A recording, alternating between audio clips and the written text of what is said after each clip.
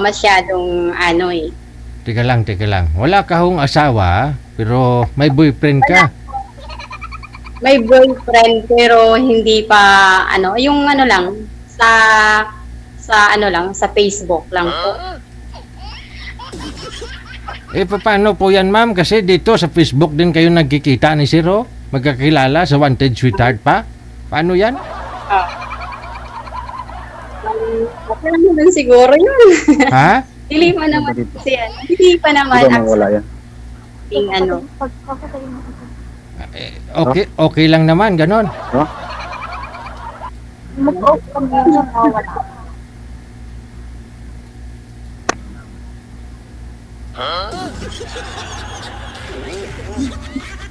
Hindi stable. Hindi pa kayo stable ng boyfriend ninyo. Kasi sa Facebook lang. Hindi pa. Paano Stable na, ano. masabing stable, ma'am? Pag hindi na kayo sa Facebook? Yung yung magkikita na as in personal or yung tuloy-tuloy yung communication, dapat ganun. Lang yun eh, sala sa lamig, sala sa init. Ay, ganon. Mag-chat-chat. At sa paano ho yan? Kasi dito din po kayo, nasa sa social media din kayo, napapanood kayo ngayon. Dito rin kayo magkakakilala ni si Rogelio pag sakali. Oo. Ito na lang, tanungin ko ha. Alam po ninyo, nagpa-line up kayo sa Wanted Sweetheart kahit may boyfriend ka, no? Hindi ako, nagugas ng kamay, pero hindi kami nagkulang paalala sa inyo, ha? Kung ano'y posibleng mangyari pag sakali na may sabit kayo pag sumali dito. So, nag-approve po kayo dun sa waiver natin, ha? Nag-yes kayo dun. So, Rogelio, sir, ikaw naman po itatanungin ko, okay lang po ba sa'yo na may boyfriend itong binigay namin, yung makakausap mo ngayon? Mahirap yung Sir DJ kasi ako naghanap ako ng magiging kasama ko sa habang buhay. Oo. Kasi wala man akong sabit dahil patay na yung asawa ko. Yun. Ma'am, paano po yan? Asawa na po yung hinahanap ni sir. Tapos ikaw may boyfriend. Kung gusto niya magpakasal, paano man ako magpakasal uli, may hadlang. Lang naman yun kasi boyfriend ko man, hindi naman kami nagsasama. Kung seryoso sa kasalan, hindi naman ako sa kasalan kasi hindi naman din ako kasal. Byuda din naman ako. Pero po ma'am, kung desidido ka, kasi ako desidido rin talaga. Hindi yun desidido kasi nga may boyfriend eh. Mahirap po nga si Sir DJ kasi ako naging tapat dito, sumasali. Sana naman, maging tapat tayo parehas kasi social media yung sinalihan natin eh. Tapat siya, kaya inamin ho niya na may boyfriend. Yan nga lang, Wanted Sweetheart yung sinalihan. Paano yan, ma'am? Opo. Kaya may nag-comment na, to timer ka daw. Yun po ba yun? Ang sa akin lang, baka di mo matanggap-tanggap yung mga comment dyan si baba, ma'am. Oo. Okay lang yun. Okay lang kasi sa'yo? Kasi kahit may boyfriend ka, kailangan ka naman din maghanap ng yung totoo talaga na... Ang alam po na kasi namin, ma'am, pag gawin mo siyang boyfriend, sagutin mo siya bilang boyfriend, yung gusto mo na talaga siya, deserve mo na maging boyfriend mo. Ganon. So, hindi ka pa sigurado, sinagot mo lang siya, ganon. Sinagot ko lang siya para maging, yung gusto ko kasi sa relasyon yung okay sa lahat. Yung communication, andyan. Naranasan mo no pa ba na yung boyfriend mo dati o asawa mo nagkaroon pa ng ibang girlfriend o karelasyon? Naranasan mo yon? Hindi. Opo. Naranasan mo? So anong feeling, ma'am, nung naranasan mong boyfriend mo may iba pang girlfriend? Anong feeling mo? Okay. Masakit sa akin kasi nga, nagsama na kami. Saka pa niya sinabi na may girlfriend siya. Tapos nagkaroon din nagkaroon sila ng So masakit po 'yun, no? Pero hindi masakit siguro kung hindi naman kayo nagsama ng asawa mo. Hindi naman masakit. Ay, ganon. Pag kasi nagsama kami. Sinabi niya na okay. Yung ibig kong sabihin dito po, no? Yung magiging reaksyon o ano kayang feeling ng boyfriend mo na makita ka sa social media na naghanap ka pa ng sweetheart na boyfriend mo naman siya. Yan po ibig kong sabihin. Ano kaya magiging reaksyon niya, no? Kasi boyfriend mo siya, tapos nakita ka niya dito Na tapos naghanap ka, may kinakausap kang ibang lalaki. Oo. Sasabihan ko na lang din naman siya. Ah, Kasi yung relasyon din kasi. Sige. Sige. Sabagay, at least sabihan mo na lang siya pagkatapos ha. Total tapos na eh. No ma'am no? Sabihan mo. Sige, usap. Seryoso na relasyon. Try nga ninyo Anong natin kay Duterte, sir? Sir, paano po yan? Nasa sa inyo po decision, sir? Nakakaya naman kay ma'am. I-try natin, sir. Pagbigyan natin. Pagbigyan mo? Sige. Pagbigyan ka. Mapagbigay naman ako eh. Wanted, sweetheart. Wanted, sweetheart. Aber, banat. Taga saan ka po, ma'am? Tagaliti talaga ako. Wow, Tapos, pinagtagpo. oo, Tagaliti ako. Tapos, namasukan ako bilang, lang ako dito, katulong.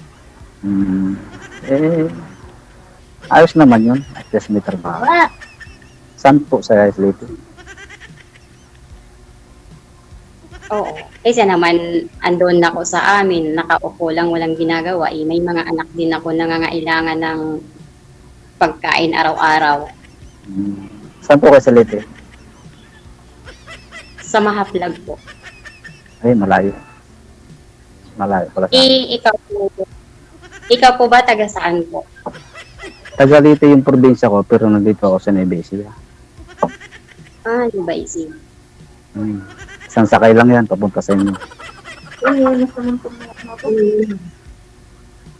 Hindi, dalawang sakay din. Saan po ba kayo ngayon, ma'am?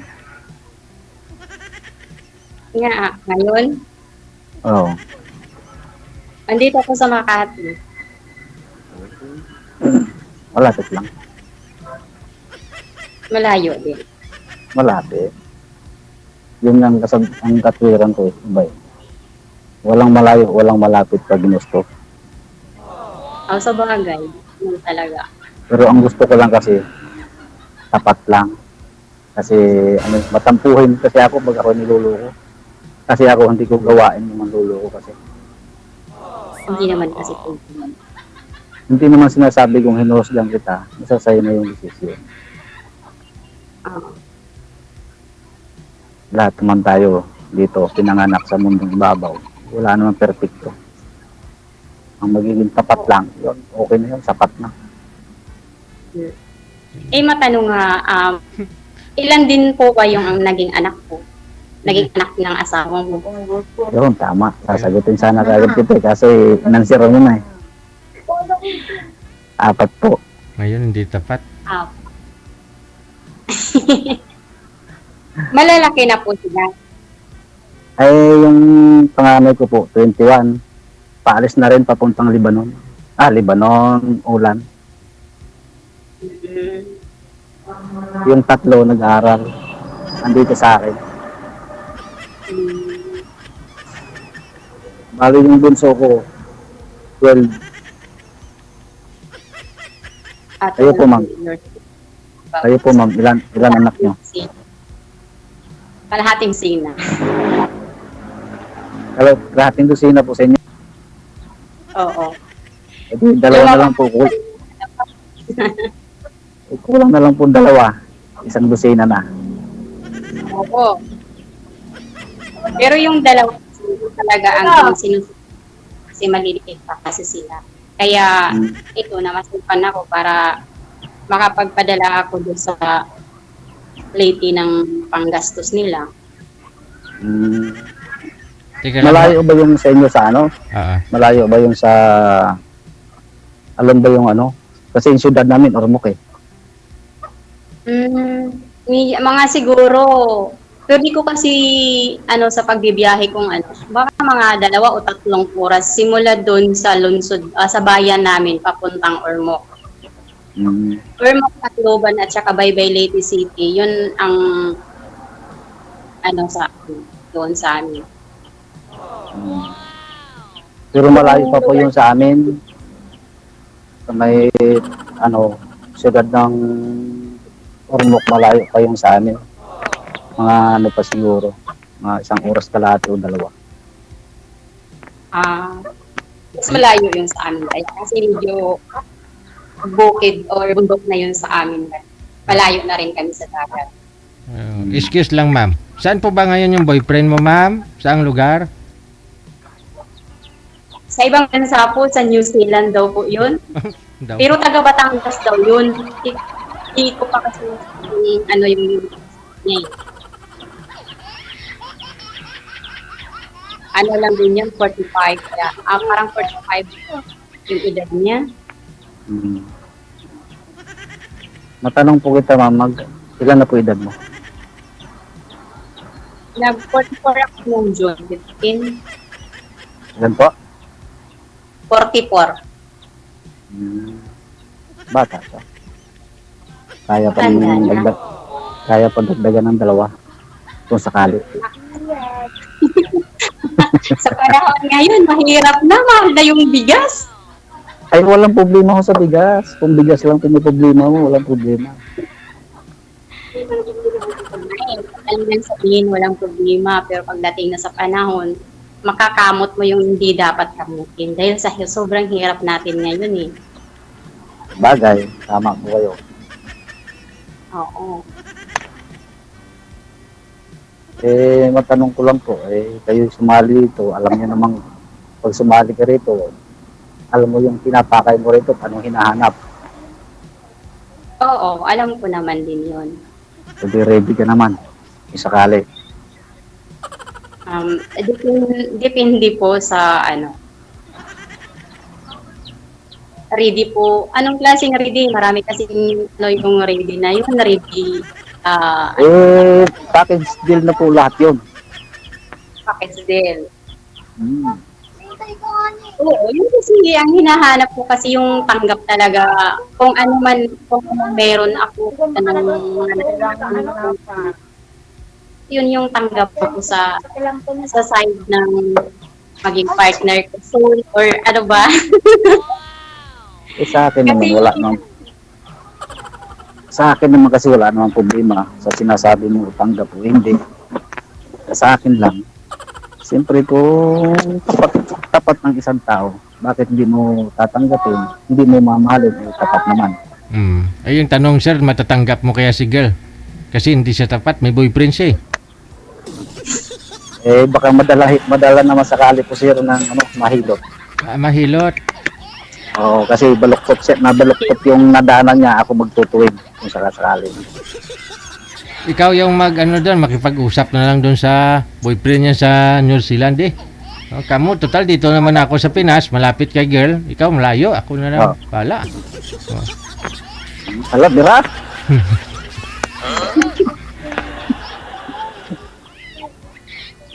Joke lang yun. Sa akin lang naman, ang nahanap ko talaga, yung maging partner ko sa pagtanda. Yung sinasabi ko na magiging karagdagan, kung ibibigay sa taas, tanggapin. Kung hindi naman, huwag pilitin. Importante, magsasama, magkunawaan, habang sa pagtanda, magkasama.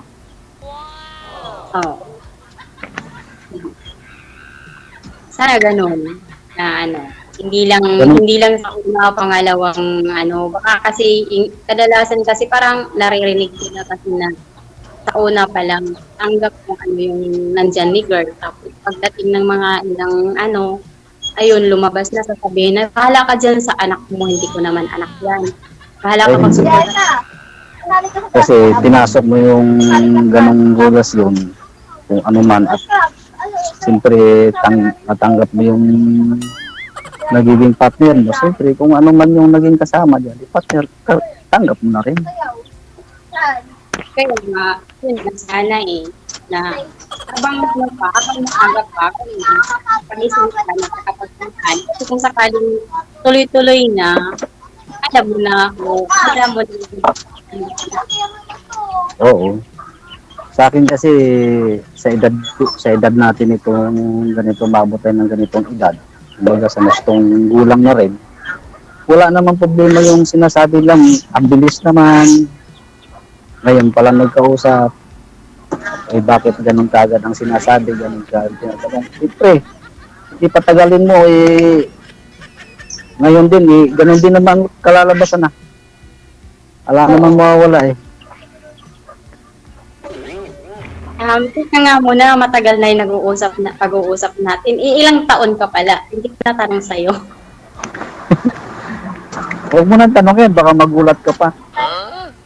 Ay, mas maganda yung alam natin eh.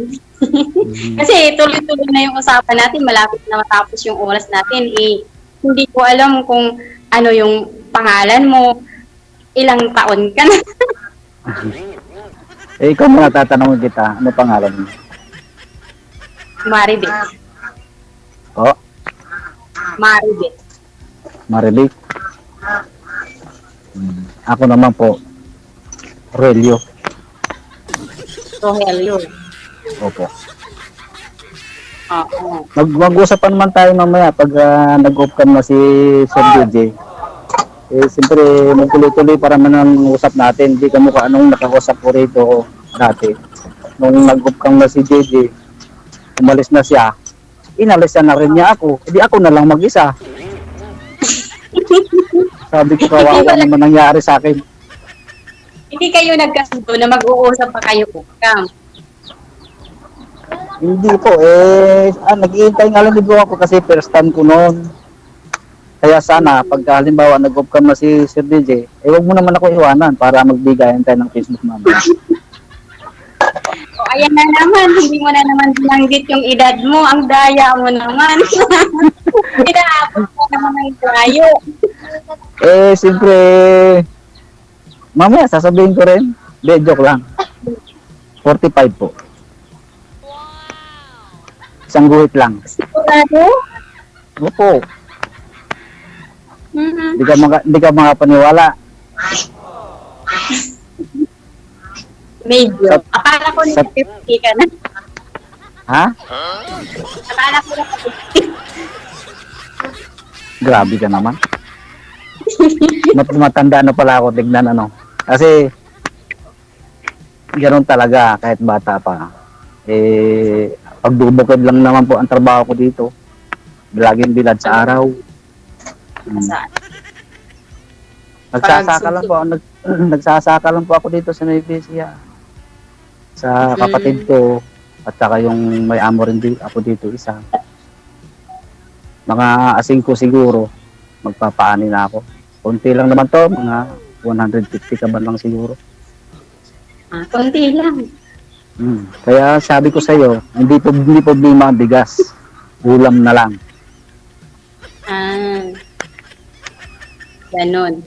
Makikita mo rin pag nagkasundo tayo. Malay mo makapunta ako dyan o ikaw makapunta dito para masukat natin yung mga ugali natin bawat isa. Kung maging kapalagayan ng loob, kung papayag ka. Depende lang yan. Eh, depende talaga pagka nagkaintindihan. Oo. Pero matanong ko lang, halimbawa, magkasundo tayo, paano yung boyfriend mo na nasa ibang bansa? O di, natural. Ganun na yun. Eh, siyempre, alam nga naman kung sige pa rin, kung halimbawa laging tayo, eh, natural na yun na elite ko na siya. Siyempre, ako nagtatanong lang, hindi naman nagiging Kasi naman dito kasi, hindi naman sa lahat ng nag-uusap dito ay nagtuloy-tuloy yung communication nila. Oo. Hindi naman lahat talaga dito na sumali, naging sila lahat. Pero sa akin lang, sana makatagpo ako dito kasi naging tapat naman ako. Dito marami naman din dito kung gusto ko, kaso lang ayaw ko. Gusto mo talaga mag sa malayo. May malapit na sa'yo, ayaw mo. Sa malayo, kailangan ka pang gumastos ng malaki para mapuntahan mo. Hindi bali. At least gusto ko naman. Ikaw ba, papayag ka ba? Magiging kasama mo, hindi mo gusto. Di nag-aaway lang kayo lagi. Hindi pwedeng ganun na makipagsama ka so wala ka namang gusto-gusto doon. Anong mangyari doon? Kaya nga, halimbawa na lang sa'yo. Mayroon nga dito, hindi ko naman gusto. Ikaw malayo, ikaw nga gusto ko. Ayaw mo pa. Ayun lang. Ang ganda na kasi ngiti mo eh. Parang ano. Sa cellphone lang po yan, itik lang yan ang camera ni JJ. walang kuyahan. Isang guhit lang naman eh. Nilalagyan lang yan ng makapal na filter kaya maganda tingnan. Bagay, doon naman malaman nyo kung halimbawa magkita ng personal. Sa bagay. Kung ako naman talaga, ayaw ko talaga. Akin lang naman dito, naghahanap ako dito para kung tanggap ako, kung sakasakali. Pero ako hindi naman ako namimili kung ayaw. Kung gusto, di fight. Walang problema. Oo. Kahit sino naman, hindi naman natin pwede pilitin yung isang tao kung ayaw talaga. Kasi nanatan doon sa pagsasama na walang gusto yung isa lang yung may gusto at doon pag kumakain walang ayaan, bahala ka kumain dyan. Oo. Siyempre mahirap nga, kaya naghanap ka na maging kasama kung tanda. Siyempre magkaunawaan. Kailangan pareha kayong gusto, saka yung sa ugali kailangan na pareho kayong may gusto. Ako pa naman pagka magising ako ng alas 5 ng madaling araw, magkakapilang ako, tapos alis na ako. Ang balik ko nun, mga tanghali na, kakain na lang. Sabi niyo naman, mag-diary ko. Di naman... Ako naman, pag naglulutuin naman, nagluluto naman. Paliban kung wala maluluto. Correct po. Wala namang problema sa akin. Marunong naman din po ako magluto kahit paano. Okay lang yung parang walang asahan, di ba? Oo. Yung iba kasi pag sinabing may partner na, bakala nga dyan, magluto ka na dyan kasi ganyan. Pag hindi ng bahay, maano ka. Maingay na ho siya masyado. Hindi namin maintindihan boses mo, ma'am. Oo nga, paputol-putol nga po eh. Ito na lang ha. Good luck na sa inyong dalawa. No, sir, good luck sa papasukan mong buhay, sir. Thank you, thank you. Sige po. Sige po. Wanted. Thank you po, DJ. Wanted. Sweetheart.